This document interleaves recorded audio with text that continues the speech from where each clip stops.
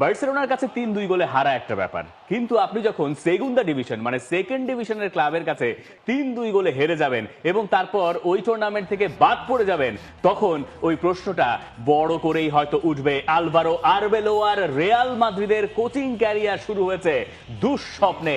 তারা হেরে গেছে আলবাসেতের কাছে 3-2 গোলের নাটকীয় পরাজয়ের পরে। রিয়াল মাদ্রিদে এখন দুর্যোগ, অন্য পাশে সেগুন্দা ডিভিশনের ক্লাবটার ওপরে এখন অনেকটুকু আলো।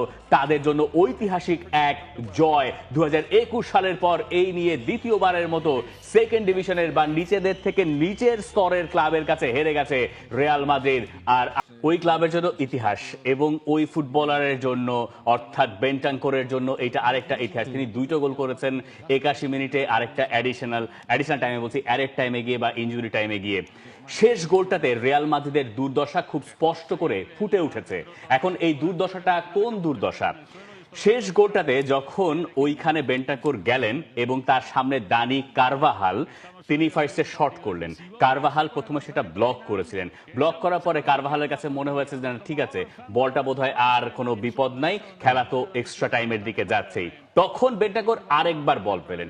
বল পেয়ে তিনি বলটাকে যেভাবে লুপ করে আন্দ্রেয়া লুনিনের ফার পোস্ট দিয়ে জালে জড়ালেন, ওইটা অবিশ্বাস্য। ওইটা রিয়াল মাদ্রিদের জন্য প্রচন্ড পরিমাণ অপমানের হওয়ার কথা। স্পেশালি এই ধরনের এক্সপেরিয়েন্স ফুটবলার দানি কারভাহাল, তাদের ক্যাপ্টেন যিনি পরে নেমেছেন, তার কাছ থেকে আপনি এইটা প্রত্যাশা করবেন না।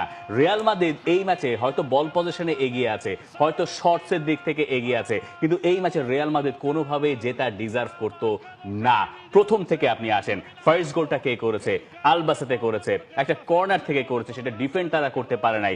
সেকেন্ড গোলটা বিরতির ঠিক আগে যখন রিয়াল মাদ্রিদ স্ট্রাগল করছিল, সেখানে গোল হয়েছে। মাস্তানতুয়ানো বলটা কোনোভাবে জালের ভেতরে ঢুকিয়ে দিয়েছেন, তার আগে হুইসেনের একটা হেডার ছিল।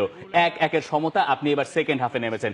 সেকেন্ড হাফে কি রিয়াল মাদ্রিদ ডমিনেট করেছে? আমার কাছে মনে হয় না তারা ডমিনেট করেছে। মানে আলবাসেতের বিচারে তারা ডমিনেট করতে পারে নাই।